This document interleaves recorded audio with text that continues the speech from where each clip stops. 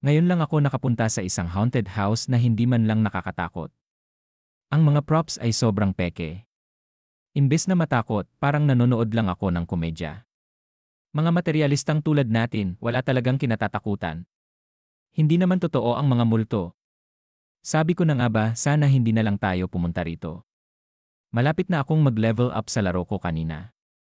Habang nagrereklamo ang grupo ng mga estudyante, sumakay sila sa kanilang mga motor at umalis mula sa House of Horrors ng kanlurang lungsod ng Jiujiang. Si Chenje, ang may-ari, ay nakatayo sa harap ng gusali habang may hawak na tumpok ng mga flyer. Napailing na lang siya sa kabiguan. Ang pagpapatakot ay isang sining, ngunit dahil sa mga modernong pelikulang nakakatakot, tumaas na ang iresistensya ng mga tao sa takot. Para sa karamihan, ang pagpasok sa isang haunted house ay parang paglalakad lang sa sariling bakuran. Boss! Isang boses ng babae ang tumawag mula sa likod niya. Paglingon ni Chenje, nakita niya ang isang payat na zombie na nakasuot ng uniforme ng nurse, galit na tumatakbo palabas. Anong nangyari, Xiaowan? Tanong niya. Si Xuan ay isa sa mga pansamantalang aktres ng haunted house. Yung mga bastos na estudyante kanina, sinubukan akong bastusin, galit na sabi ng babae, nakasuntok pa ang mga kamay. Grabe naman. Ni zombie hindi nila ginagalang. Sumang-ayon si Chenje. Sige, ipacheck ko sa manager ng amusement park ang sisi.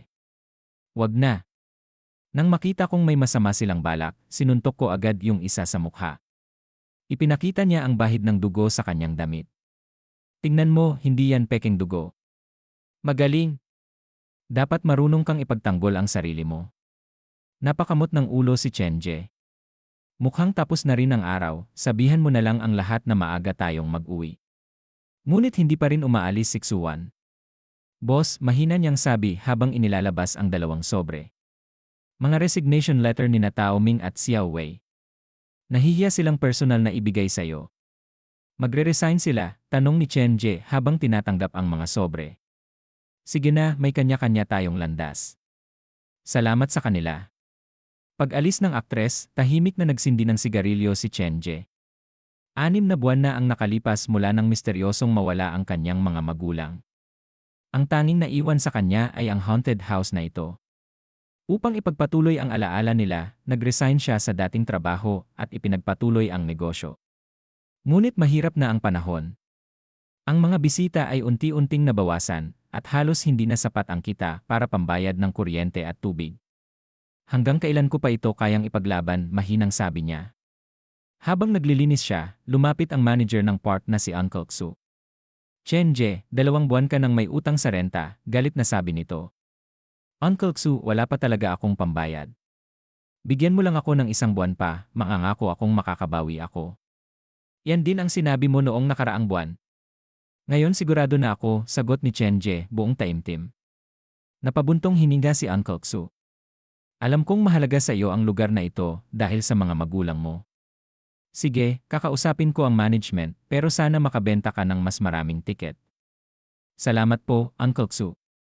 Pag-alis nito, bumalik si Chenje sa loob para ayusin ang mga gamit. Ubus na ang peking dugo. Kailangan ko bumili.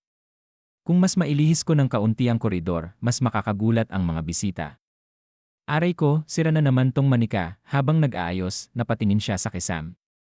Kunin ko na lang ang spare materials sa attic. Pag-akyat niya, nabalutan ng alikabok at lumang kahoy ang paligid, mga gamit ng kanyang mga magulang noong sila pa ang namamahala. Sa isang sulok, may lumang kahong kahoy.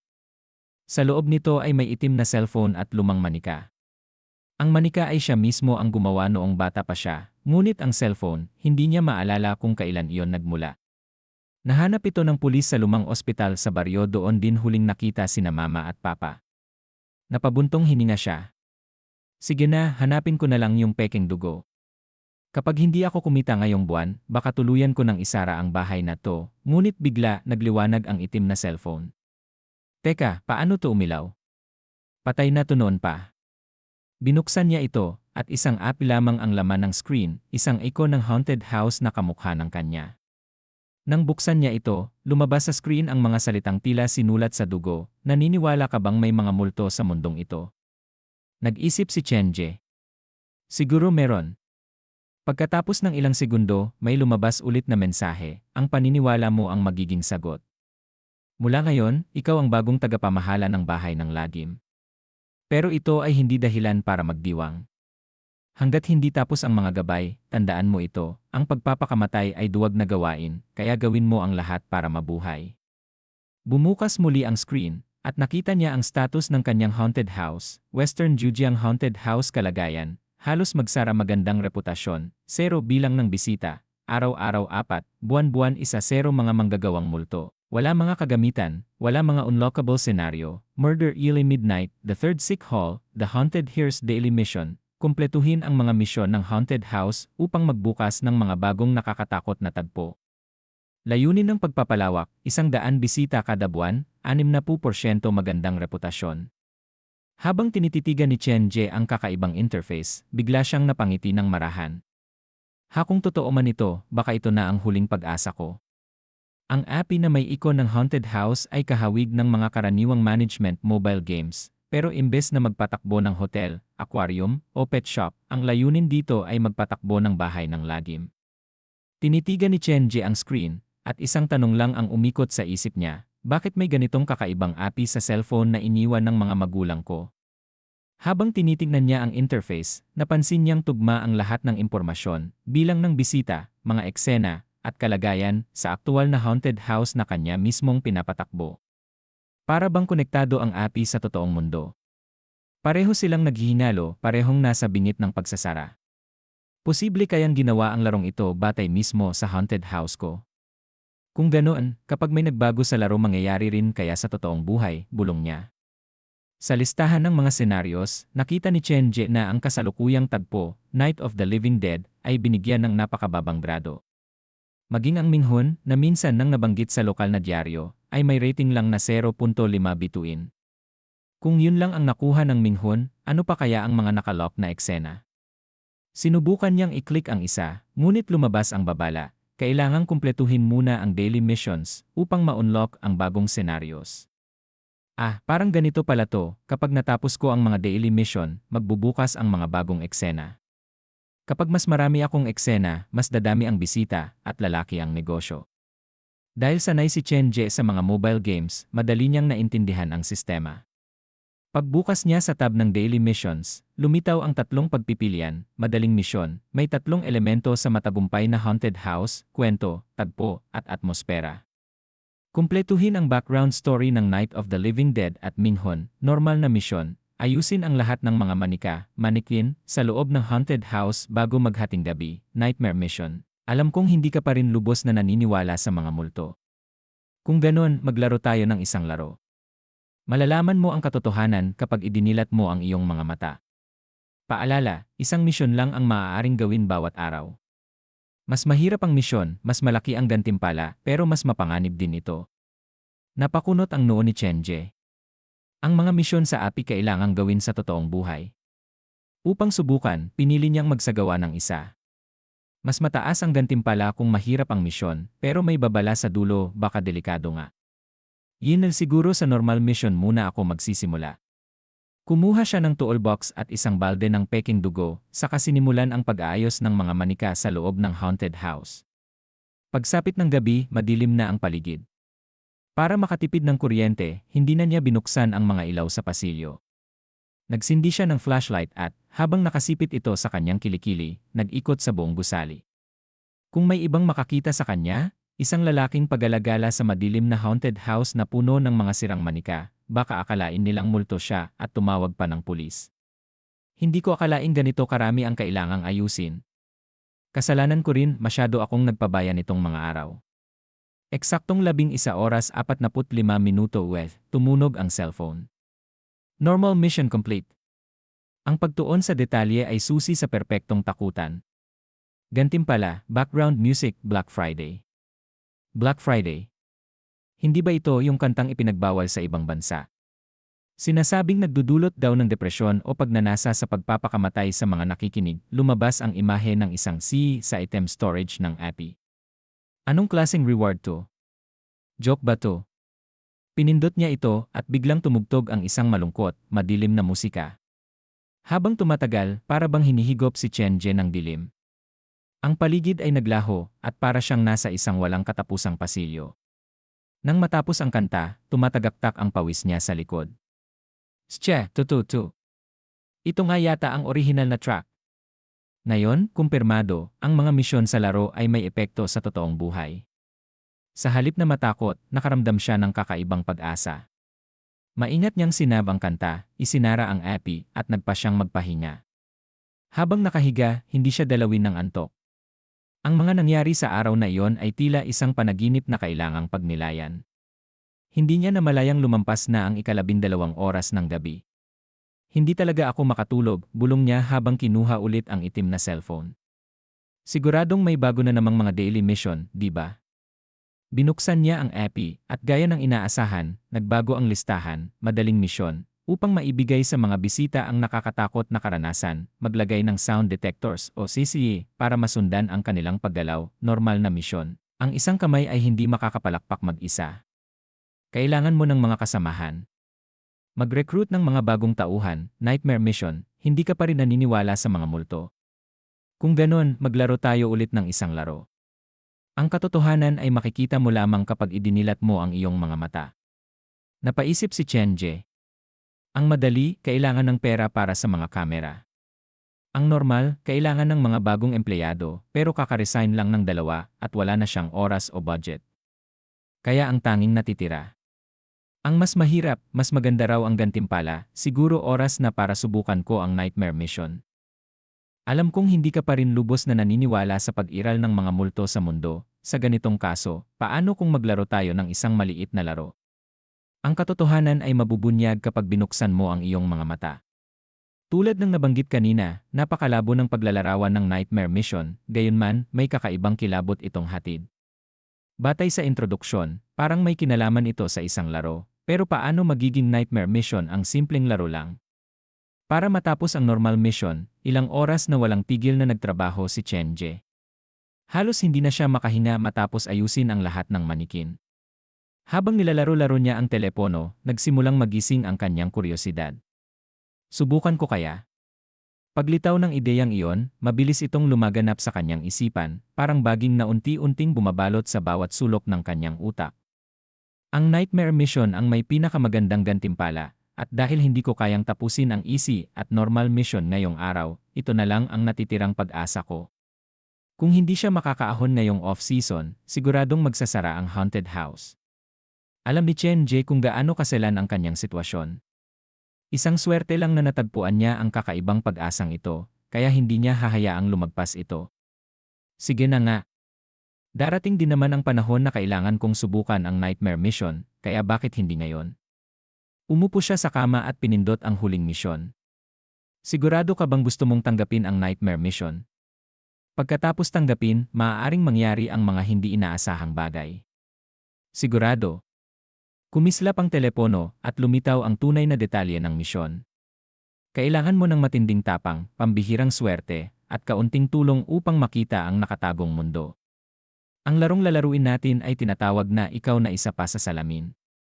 Pumasok ka sa banyo mag-isa ng eksaktong 2 oras 4 minuto ng madaling araw, isara ang pinto, at patayin ang ilaw. Harapin ang salamin at sindihan ang kandila sa pagitan mo at ng salamin. Pagkatapos, ipikit ang iyong mga mata at magtuon ng isip, saka mo simulan ang marahang pagbanggit ng iyong pangalan.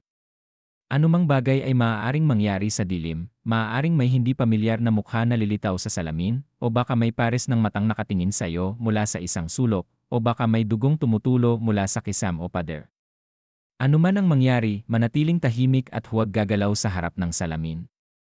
Pagkalipas ng kalahating oras, otomatikong matatapos ang misyon, basta't huwag mong bubuksan ang iyong mga mata anuman ang mangyari sa loob ng panahong iyon. Matapos basahin, kinilabutan si Chenje. Posible kayang may mundong hindi nakikita ng mga ordinaryong mata? May oras pa bago mag-negatibo 2:04 ng umaga. Sa halip na tumuloy agad sa banyo, nagsaliksik muna siya sa internet. Nakakita siya ng maraming kwento tungkol sa larong ito, mga kwentong kababalaghan. May ilan na sinasabing isinumpa raw sila matapos laruin ito, habang ang iba na may nagsabing may mga kaibigan o kamag-anak silang nawala, pinaniniwala ang nahatak sa mundo ng salamin. Ang bawat kwento parang totoo. Habang mas binabasa niya, lalo siyang nasasabi. Isa siyang operator ng haunted house, sanay siyang manakot sa mga tao sa ligtas na paraan. Ngunit ngayon, parang may bagong mundo ng takot na bumuka sa kanya. Ang saya sigurong maglaro ng nakakatakot na laro sa gitna ng gabi, sa loob pa ng haunted house. Sinuri niya ang baterya ng telepono. Gusto niyang i-record ang buong karanasan. Pagkatapos nito, i-record ko ang lahat. Kung talagang nakakatakot ito gaya ng sabi ng mga tao, baka magamit ko itong bagong senaryo sa haunted house. Naghanap siya ng kandila at lighter. Pagsapit ng 2:00, bitbit ang mga gamit, nagtungo siya sa banyo sa unang palapag ng haunted house. Pinili niyang gawin ito sa unang palapag para kung may mangyaring masama, madali siyang makatalon palabas ng bintana. Tahimik ang buong bahay ng gabi. Ang binatang nagtitipid sa kuryente ay pumasok sa makitid at madilim na banyo na may dalang flashlight at kandila. Ang madilim at masikip na lugar ang pinakamabisang paraan upang takutin ang tao. Ang banyo ang may pinakamaraming yin energy sa isang gusali. Ang mga salamin at kubeta, mga bagay na tila ordinaryo, ay maaaring magdulot ng matinding pressure sa isipan. Ang gumawa ng larong ito ay matalino, alam niya kung paano gamitin ang kahinaan ng puso ng tao upang lumikha ng takot gamit lang ang pinakasimpleng bagay. Napangiti si Chenje. Ang tunay na takot ay hindi nangangailangan ng mamahaling props, kailangan lang nitong palalain ang likas na kaba sa puso ng tao. Huminga siya ng malalim at inihanda ang kamera ng telepono. Hindi ko alam kung anong epekto ang dala ng larong ito, pero kung may mangyari sa akin, sana mapreserba ng makakakita ng phone na ito ang video, dahil ito ang susi, isang mahalagang susi sa pagbubunyag ng maraming kasinungalingan. Inilapag niya ang telepono sa tabi ng tangke ng kubeta at inayos ang anggulo upang makuhanan siya at ang salamin sa tapat niya. 2:01 pa. Ang paghihintay sa kamatayan ay mas nakakatakot kaysa sa kamatayan mismo. Ang katahimikan ng banyo ay nagpapalakas ng bawat tunog at anino. Habang lumilipas ang segundo, bumibilis ang tibok ng puso ni Chenje. Tiningnan niya ang oras sa telepono. Nang tumuro ang minuto sa 4, pinatay niya ang flashlight at sinindihan ang kandila. Inilagay ito sa pagitan niya at ng salamin ayon sa tagubilin. Ang kumikislap na apoy ang tanging ilaw sa dilim, sumasayaw ito sa pagitan ng totoong mundo at ng refleksyon, parang gabay patungo sa kung anumang nilalang ang nasa kabilang panig. Tinitigan ni Chenje ang sarili sa salamin at nakaramdam siya ng kakaibang pagkailang. Nagsimula na ba ang laro? Ibababa niya ang ulo, ipinikit ang mga mata, at marahang binigkas ang kanyang pangalan. Chenje! Chenje! Chenje, ang paulit-ulit na pagbigkas ng sariling pangalan, ay unti-unting nagpapahiwalay ng sarili sa pagkakakilanlan nito, hanggang maging banyaga ito sa sariling pandinig. Para hindi siya mabaliw sa epekto nito, nag-iwan siya ng 3 segundong pagitan sa bawat pagbigkas, bilang rin ng oras na lumilipas. Ang kondisyon ng misyon, huwag bumukas ng mata sa loob ng kalahating oras, anuman ang mangyari. Tumayo sa harap ng salamin, kandila lang ang ilaw, sa loob ng haunted house, 2:00 ng madaling araw. Kung hindi ko lang ito nararanasan, ni ako'y hindi maniniwalang may gagawa nito. Patuloy sa pagbanggit ng pangalan, pumasok sa isip niya ang samut-saring nakakatakot na ideya. Ang larong ito ay nakabatay sa takot ng isip, hindi sa multo kundi sa sariling imahinasyon. Hanggat hindi ko binubuksan ang mata, ayos lang ako. Ngunit mas madaling sabihin iyon kaysa gawin dahil makalipas ang 10 minuto, may nangyari talaga. Mukhang hindi nakasara ang bintana ng palikuran dahil naramdaman ni Chenje ang malamig na hangin na pumapasok sa silid, para bang may di nakikitang kamay na dumaan sa kanyang mukha. Kumakalansing ang mga pinto ng cubicle sa banyo habang tinatangay ng hangin. Ang tubig na naipon sa sulok ng kisam ay bumagsak sa sahig, dahilan para magsitakbuhan ang mga insekto. Ang tunog nito ay nagbigay kay Chenje ng pakiramdam na gumagapang ang mga iyon sa kanyang balat. Lahat ng ingay ay tila mas lumalakas dahil sa katahimikan ng paligid na kung sa iba ay magdudulot ng matinding kaba, ngunit hindi kay Chenje. Sanay na siyang magpakatatag simula pa noong bata siya, at tila mas mabagal ang kanyang pakiramdam kaysa sa karaniwan. Nilinis niya ang isip at nagtuon sa pagbibilang ng oras. Makalipas ang 20 minuto, naramdaman niyang lalong bumababa ang temperatura ng silid, para bang may mga bloke ng yelo sa paligid niya at hindi niya naiwasang manginig. Kalma lang. Huwag mong takutin ang sarili mo. 10 minuto na lang, kaya mo to, Chenje. May kakaibang simoy ng hangin sa tabi ng kanyang tainga, parang may umiikot sa paligid niya. Pinisil niya ng mahigpit ang kanyang mga kamao hanggang lumitaw ang mga ugat, ngunit tila naging bato ang kanyang katawan at hindi siya makagalaw. Chenje, Chenje, Chenje, paulit-ulit niya itong binubulong sa sarili. Nang 5 minuto na lang ang natitira, napansin niyang patay na ang ilaw ng kandila, at may boses na tila nanggagaling sa dilim na tumatawag sa kanyang pangalan. Echo! Impossible! Chenje, ang tinig ay tila nananawagan, parang may mahalagang gustong sabihin. Tila galing sa labas ng pinto, dapat ko bang tingnan? Ngunit agad niyang itinaboy ang ideyang iyon. Ayon sa mga patakaran ng laro, kailangan lamang niyang manatili sa harap ng salamin at huwag gumawa ng kahit ano.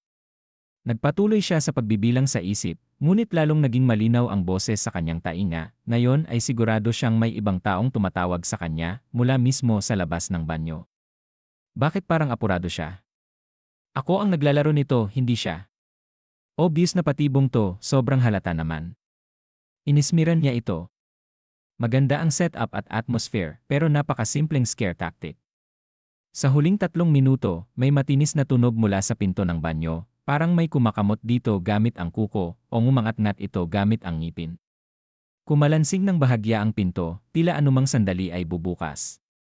1,778 seconds. 1,779 1,800. Eksaktong kalahating oras na. Biglang naglaho ang lahat ng ingay at bumalik ang katahimikan.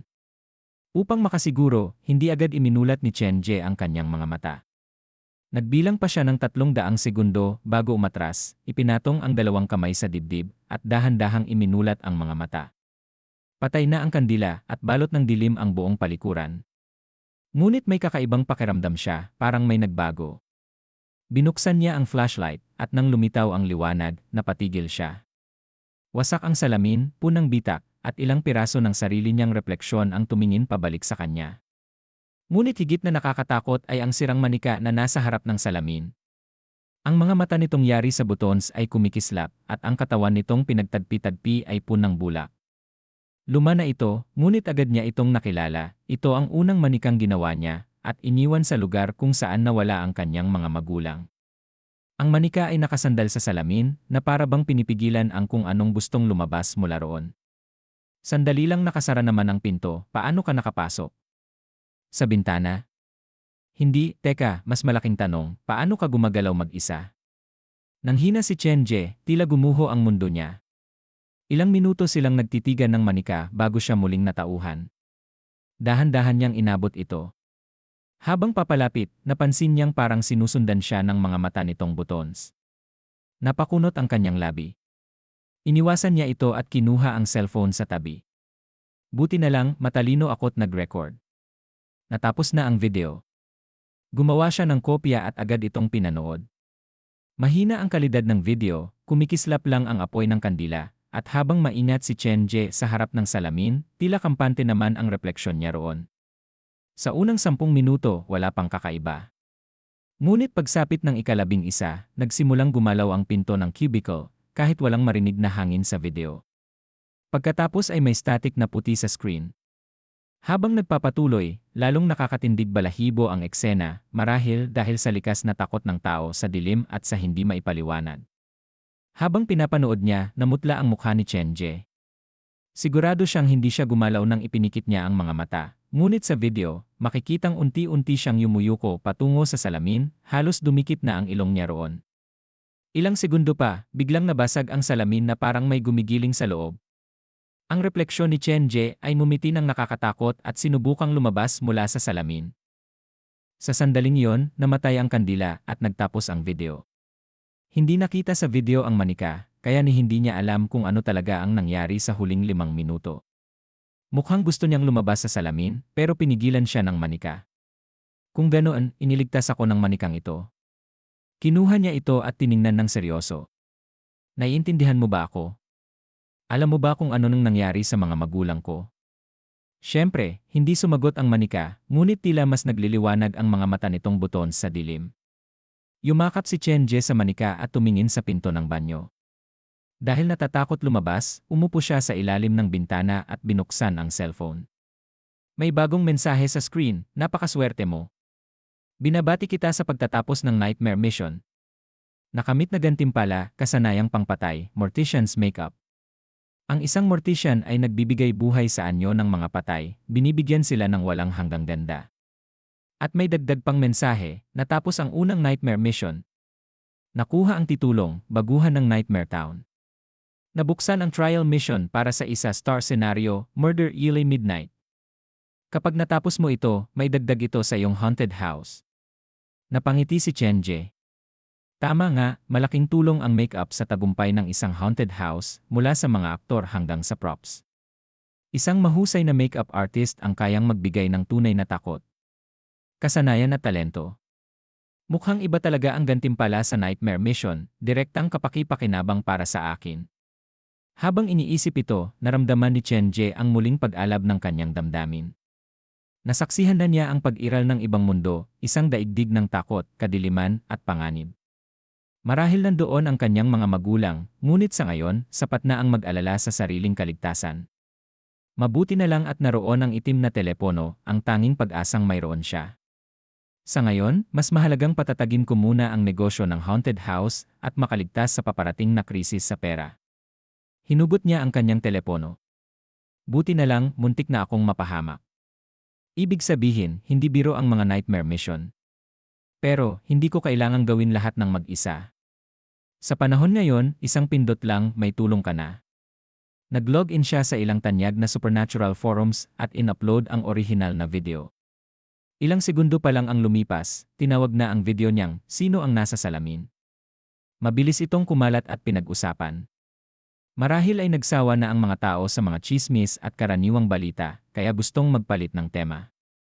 Ang kasikatan ng video ay tumaas na parang palaso, bawat pag-refresh ni Chenje, may 10 bagong komento agad. 25, 14 na, pasalamat kayo sa akin mamaya. Nasisiraan na ba ng ulo ang uploader? Sino nang gagawa ng ganito sa 10 oras ng gabi? Bakit biglang nagkabitak ang salamin? At ano yung bagay na tumama rito bago matapos ang video? Epekto lang yan ng pagbabago ng temperatura sa loob ng silid. Mali kayo. Sa Taoism, ang salamin ay gamit na puno ng yin energy. Dapat palitan ang pamagat ng video, ang multo sa salamin. Diyos ko, sino nang may lakas ng loob gumawa ng ganitong oras? Idol ko tong uploader na to. Pick 2. Kung totoo yan, kainin ko ang AC ko habang nakatayo sa kamay ko. Ako lang ba ang nakapansin? Ang uploader ay may-ari ng haunted house sa Western Zhejiang. Huwag kayong padadala, ito ay malinaw na advertisement lang. Napuno agad ng private messages ang inbox ni Chenje. May mga nagtatanong, may mga nagdududa, ngunit hindi niya pinansin ang mga ito. Alam niyang totoo ang video niya. Hindi niya kailangang magpaliwanag, ang mga marunong ay makakakita ng katotohanan, at sa mga nambabatikos lang, sayang lang ang oras. Habang pinagmamasdan ang mabilis na pagsikat ng video, napaisip siya, ito pala ay magandang oportunidad. Pinutol niya ang video, iniwan lamang ang huling 14 na segundo, at in-upload ito sa pinakasikat na video sharing app sa bansa. Sa gitna ng mga video ng pagkain, sayawan, at kanta, ang kanya ay kakaiba, isang haunted clip. Sa loob lang ng ilang segundo, nag-trending agad ito. Hindi tulad ng mga gumagamit ng forum na sadyang naghahanap ng kababalaghan, karamihan sa mga nanonood dito ay mga taong walang kaalam-alam, kaya't mas malakas ang naging reaksyon. At gaya ng nakasanayan sa internet, mas dumadami ang manonood kapag may diskusyon at away kaysa papuri. Kaya't habang dumarami ang mga nagagalit na komento, lalo ring dumami ang views. Habang nagbabrowse, halos maramdaman ni Chenje ang galit ng mga tao sa kanya, pero natawa lang siya. Naiintindihan naman niya. Marahil karamihan sa kanila ay nakahiga na sa kama, handang matulog, at naghahanap lang ng light videos bago pumikit. Sa halip, isang madilim at nakakatakot na video ng isang lalaking napalibutan ng kandila ang bumungad sa kanila. At ang pinakamagandang bahagi pa, 14 na segundo lang ang haba. Bago pa nila maunawaan, nakakatakot na agad. Nababasag ang salamin, at parang may lumalabas na nilalang, tila tatagos pa sa mismong screen ng cellphone nila. Isang tunay na obra maestra ng gulat. Habang patuloy ang pagdagsa ng mga komento, napangiti si Chenje. Mukhang hindi bababa agad ang kasikatan ng video na to, ibig sabihin, gusto nila ito, hindi ba? Tumaas na ang bilang ng kanyang followers ng mahigit 100. Sayang kung hindi ko gagamitin ang pagkakataong ito para i-promote ang haunted house. Binago niya ang pamagat ng video at inilagay sa user info ang address ng kanyang haunted house. Nilagyan pa niya ng nakakatawang mensahe, "A completely not scary haunted house." Nasiyahan si Chen Jie sa bagong ayos ng kanyang profile. Habang nakaupo pa rin sa ilalim ng bintana, pinagmamasdan niya ang tuloy-tuloy na pagdating ng mga mensahe hanggang sa makatulog siya. Nagising siya sa sikat ng araw na tumatama sa kanyang mukha. Inunat niya ang kanyang katawan at tumayo mula sa sulok ng banyo. 8:30 na pala. Inayos niya ang kanyang suot at isinilid sa bulsa ang manika at ang telepono bago lumabas. Napansin niya ang mga bakas ng pagkakamot sa kahoy na pinto ng banyo, tila minangat-ngat ito ng mga daga. Anong klaseng nilalang kaya yung nasa labas kagabi? Napabuntong hininga siya, nagpapasalamat na hindi siya lumabas para silipin. Ang mga nightmare mission ay may mga hindi inaasahang epekto. Dapat mas mag-ingat na ako sa susunod. Walang gaanong pagbabago sa haunted house, kaya ibinaba na lang niya ang isip sa nangyari at naghanda para sa panibagong araw. Bukas ang New Century Park tuwing siyam eksaktong 8:45, isang payat ngunit hubog na babae ang tumatakbo papalapit sa kanya, may dalang backpack. "Boss," sigaw ng dalaga, puno ng sigla at kabataan. Sa ilalim ng araw, kumikintab ang makinis niyang balat at parang hinog na aprikot. "Xiao Wan, sakto ang dating mo. May idinagdag akong bagong background music sa listahan natin. Pakinggan mo at sabihin kung," ngunit bago pa siya makatapos, mahigpit ng hinawakan ni Xuan ang kamay niya. "Anong ginagawa mo?" tanong ni Chen Jie, nagulat. "Kasi, ang daming tao sa labas ng park. Lahat sila, pinag-uusapan ang haunted house. May mga pumunta rito para subukan ito," sabi ni Xuan, halos tumatalon sa tuwa. "Boss, ang dami nating customers." Normal lang yan. "Unang beses mo ba rito?" biro ni Chen Jie, kunwaring kalmado. Binuksan niya ang video API at tumambad sa kanya ang 500 panandang pandagdag followers at top 10 trending status ng kanyang video. Pero sa halip ng mga puso o papuri, puno ng mura, banta, at reklamo ang komento. May ilan pang nagsabing may dala silang kutsilyo at papunta na sila sa address niya. Parang medyo sumobra yata to, napakamot si Chen Jie at huminga ng malalim. "Halika, Xuan. May 15 minuto pa bago magbukas ang park. Tayo lang ang natitirang tagapagtanggol ng haunted house, kaya maghanda ka sa paparating na digmaan." Ang haunted house ni Chen Jie ay kasalukuyang may dalawang available na senaryo, Night of the Living Dead at Minhon. Ang Night of the Living Dead ay matindi ang naging batikos mula sa itim na telepono. Sinubukan ni Chen Jie na maging objektibo at napagtanto niyang maraming kahinaan ang senaryong iyon. Bukod pa roon, kailangan niya ng hindi bababa sa 3 manggagawa para matapos ito. "Xiao Wan, ang pangunahing tema natin ngayon ay Minhon. Pagkatapos kong maayos ang background music, siguraduhin mong isuot mo ang earphones mo habang nagtatrabaho. At ako mismo ang gagawa ng makeup mo ngayon." "Boss, marunong ka ba talagang mag-makeup?" biro ni Xiao Wan, bahagyang natatawa. "Sige, pero kung pumalpak ka, ako na lang ang gagawa. Huwag kang mag-alala, gagawin kitang sobrang ganda na mawawala ang hininga nila sa'yo." Pumasok sila sa makeup room. Pinaupo ni Chen Jie si Xiao Wan sa harap ng salamin at marahang minasahe ang mukha nito gamit ang palad. Ina-activate ang elementary skill, Mortician's Makeup. Habang nakatingin siya sa batang babae sa salamin, biglang sumulpot sa isip ni Chen Jie ang mga alaala na parang hindi kanya, halo-halong kaalaman tungkol sa color matching, teknik sa makeup, anatomy ng tao, bone structure, at pati na rin ang pag-aaral tungkol sa kamatayan. "Boss, sigurado ka bang marunong ka?" tanong ni Xuan matapos ang 30 segundo. Ramdam niya ang kakaibang lamig ng kamay ni Chen Jie sa kanyang mukha. Habang pinagmamasdan ang sarili sa salamin, naramdaman niyang bumibilis ang tibok ng puso niya at bigla siyang nahiya. Ang isang mahusay na makeup artist ay laging umaayon sa hugis ng mukha ng kliyente. "At ikaw, Xiao Wan, maganda na ang base mo," paliwanag ni Chen Jie, seryoso. Wala siyang anumang mali siya, pagkatapos ma-activate ang Mortician's Makeup, ang nakikita niya kay Xuan ay parang bangkay na pinapaganda niya. Martilyo, pang-ahit, scalpel, karayom at sinulid, formaldehyde, alcohol high, kulang ako sa gamit. "Mukhang basic makeup na lang muna," bulong ni Chen Jie. Halos mapaatras si Xuan.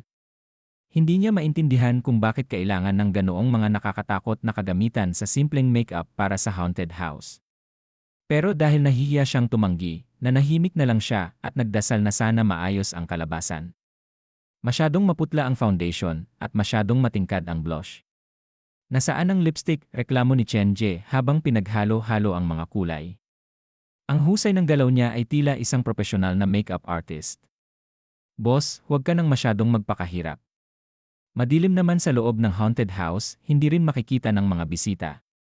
Tahimik ka lang at huwag gumalaw, utos ni Chenje habang nilalagyan siya ng eyeshadow. Sa ilang stroke lang, nagbago agad ang aura ni Xuan, naging misteryosa at malamig.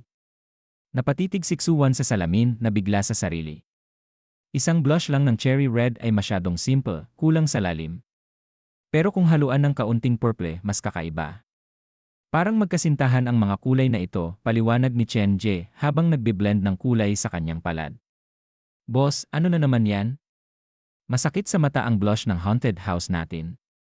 Kaya nilalagay ko muna sa kamay bago ipahid para mas natural ang dating, sagot niya. Pagkalipas ng ilang minuto, naging mas maayos na ang kulay at may parang liwanag na epekto sa mukha ni Xuan. Boss, ang galing mo. Saan mo natutunan to? Marami pa akong talento na hindi mo alam. Makeup at beauty tricks. Libangan ko lang yan, sagot ni Chenje na nakangiti. Pagkaraan ng 10 minuto, natapos niya ang makeup. Tingnan mo, ano sa tingin mo?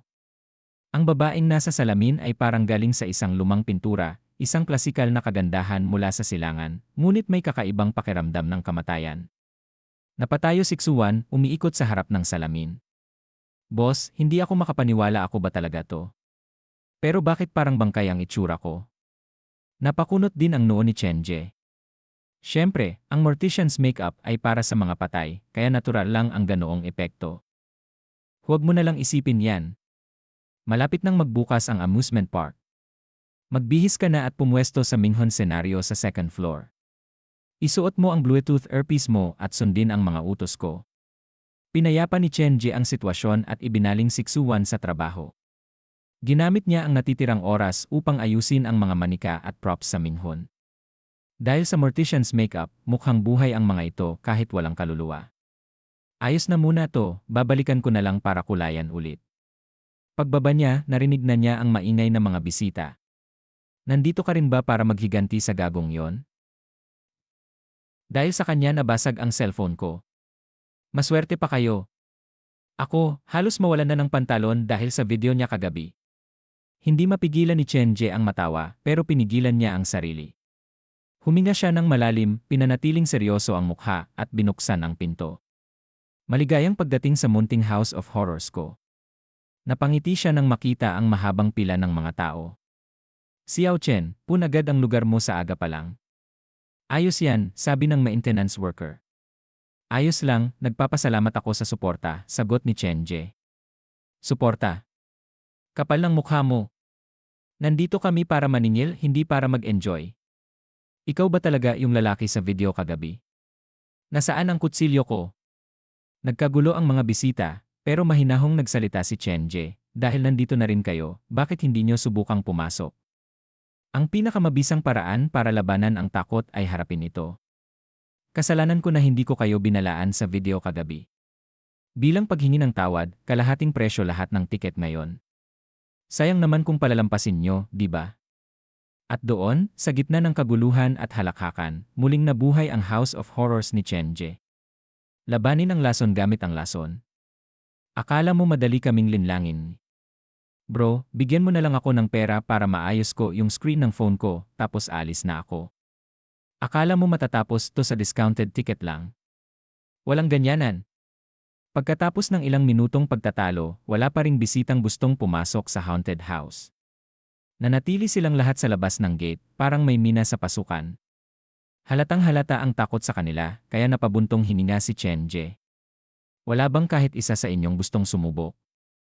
Hindi naman talaga nakakatakot ang haunted house ko. Kung ayaw niyong maniwala, basahin niyo ang mga review online. Dahil sa sinabi niya, may ilan talagang naghanap ng mga review sa cellphone. Tama nga, sabi ng mga review, hindi naman daw nakakatakot. Ang maganda lang daw dito ay may magandang babae na ginagawang multo. Oh, di subukan natin. Maya-maya, may isang lalaki ring naglakas loob lumapit. Mga duwag. Haunted house lang yan, gaano ba katakot yan? Ang dami ko nang nakitang bangkay, akala nyo matatakot pa ako rito. Isa siyang batang lalaki na may makapal na kilay at crew cut. Mukha siyang ordinaryo pero mayabang ang tindig. Bro, tigilan mo na yung pagyayabang mo. Ilang taon ka pa lang. Sinasabi mong nakakita ka na ng totoong bangkay. Pare-pareho lang tayong duwag dito, huwag ka nang magkunwari. Ngunit bago pa sila tuluyang makapagsigawan, isang malamig pero matatag na boses ang nagsalita. Hindi siya nagsisinungaling. Ang pagharap sa bangkay ay normal lang para sa mga katulad naming propesyon. Lahat ay napalingon. Isang matangkad at payat na babae ang papalapit, suot ang puting bestida at sombrero na panangga sa araw. Malamig ang kanyang ekspresyon, at tila may dala siyang sariling aircon dahil biglang bumaba ang temperatura sa paligid. Senior, sigaw ng binata habang tumatalon na parang kuneho papalapit sa kanya. Tinangkapan niyang kunin ang dala ng babae pero napahinto siya dahil sa isang matalim na titig. Sandali lang, tinawag mo siyang senior. Estudyante pa kayong dalawa? Tanong ni Chenje, nagka-interes sa kanila. Forensic science students kami mula sa Zhejiang Medical University. Ako si Hisan, at ito ang senior ko, si Gao Ruxui, ngumiti ang binata. Kumalat sa school forum namin ang video mo kagabi, kaya nagpa siya ang senior ko na bisitahin itong lugar mo. Yung malamig at maganda, isang forensic doctor pala. Bagay naman sa kanya ang trabaho niya. Miss, baka gusto mong maging kaibigan, agad namang nagsitahimik ang mga lalaki nang magsalita muli si Hisan, mukhang hindi nyo alam kung anong pinapasok nyo. Kaninang umaga, ang senior ko nagbukas ng tiyan ng palaka at daga, tapos pagkatapos maghugas ng kamay, kumain ng braised meat na parang walang nangyari. Kagabi, nadaanan niya ang lab kung saan nakababad ang mga bangkay sa formaldehyde. Ngumiti pa siya at nagbigay galang. Kaya payo ko lang, mag-isip-isip muna kayo. Ang dami na niyang naoperahan na lalaki, baka mas marami pa kaysa sa mga babae na nahawakan niyo ng kamay. Sa kakaibang introduksyon na yon, agad na naglikas ang mga lalaki at nag-iwan ng 2 metrong espasyo sa paligid ni Gao Ruxui. Napakamot ng ulo si Chenje. Hindi niya inasahan na matapos ang lahat ng pinagdaanan niya sa Nightmare Mission, ang unang bisita niya ay 2 forensic science students, mga taong halos immune na sa takot. Pwede na ba kaming pumasok? Malamig na tanong ni Gao Ruxui, sabay lakad papunta sa kanya. Dahil sa takong niya, halos magkapantay sila ng tangkad. Ang orihinal na presyo ng tiket ay 20, kaya kalahati na lang ngayon, 10. Pero bago tayo pumasok, gusto kong ipaliwanag ang background at mga paalala ng haunted house, sabi ni Chenje, na inalala ang tips mula sa itim na telepono. Ang isa sa mga mahahalagang aspeto ng isang haunted house ay ang kwento at background nito. Una sa lahat, kahit sinasabi ng mga review na hindi nakakatakot ang haunted house ko, bilang responsable na may-ari, gusto kong sabihin ang totoo. Ang lugar na tinatayuan nito ay dating pinakamalaking libingan sa Zhejiang, 50 taon na ang nakalipas. 30 taon na ang nakalipas, ginawang ospital ito bilang bahagi ng city planning. Pero matapos ang ilang taon, napilitan silang ipasara dahil sa mga sunod-sunod na insidenteng hindi maipaliwanag. Ang haunted house na ito ay dating bahagi ng ospital na yon at maraming lihim pa rin ang nakatago rito. Ipinakita pa ni Chenje ang karatula sa tabi ng pinto, bawal pumasok ang may sakit sa puso o may problema sa ugat. Ang mga batang 12 hanggang 16 na anyos ay kailangang may kasamang magulang o tagapag-alaga. Kung wala na kayong tanong, sumunod na po sa akin. Binuksan niya ang mabigat na kortinang itim, isinara ang kalawangin na gate, at pinangunahan sina Hisan at Gao Ruxui sa madilim na pasilyo. Dahil hindi sila maaaring magsama sa buhay, sa kamatayan na lang sila nagsanib. Isa itong alamat sa Zhejiang na ipinapasa-pasa ng maraming taon. Si Pin Jianghao, isang ina, ay gustong ipakasal sa ritual na minghun ang kanyang anak na namatay ng maaga. Pinahanap niya sa isang manghuhula ang babaeng magiging asawa ng kanyang anak sa kabilang buhay. Pero ang napiling babae ay may minamahal na. Kaya pinatay ni Pin Jianghao ang kasintahan nito at tinakot ang mga magulang ng babae. Sa huli, para protektahan ang kanyang pamilya, pumayag ang babae na magpakasal sa isang patay. Nagsama sa iisang seremonya ang pula at puti, kasal at kamatayan. Pagkatapos siyang ilibing ng buhay, nagsimula ang mga kababalaghan sa tahanan ng mga Ping, ang mga rebultong tanso ay dumugo, ang mga Piper doll ay kumikilos at kumukurap, at gabi-gabi may babaeng naglalakad sa mga pasilyo. Ang senaryo na papasukin nyo ay tinatawag na minhon. Bukas ang buong set, malaya kayong gumalaw, pero kailangan nyong hanapin ang tamang labasan sa loob ng 15 minuto. Kung gusto nyong sumuko, tumayo lang sa harap ng kahit anong kamera at sumigaw ng tulong. Pupuntahan ko kayo. Pagkatapos sabihin yon, yumuko si Chenje at mumiti. Mag-enjoy kayo. Mukhang interesante. Pero kung akala mong matatakot ako diyan, nagkakamali ka, sabi ni Hisan habang nagtatago sa likod ng senior niya. Matapang sa salita pero nanginginig ang mga tuhod. Mas kalmado si Gao Ruksui. Tahimik lang siyang pumasok sa madilim na hallway. Senior! Huwag mo akong iwan, sigaw ni Hisan habang humahabol. Nang makapasok na sila, isinara ni Chenje ang pinto at tinawagan si Xuan. Xiaowan, nasa loob na ang mga bisita. Maghanda ka na at isuot mo ang earpiece mo. Pagkatapos ibigay ang mga tagubilin, bumalik siya sa main control room, kung saan makikita niya ang mga kamera at makokontrol ang mga set. Hindi ko inakalang gagamitin ko agad ang music na ito.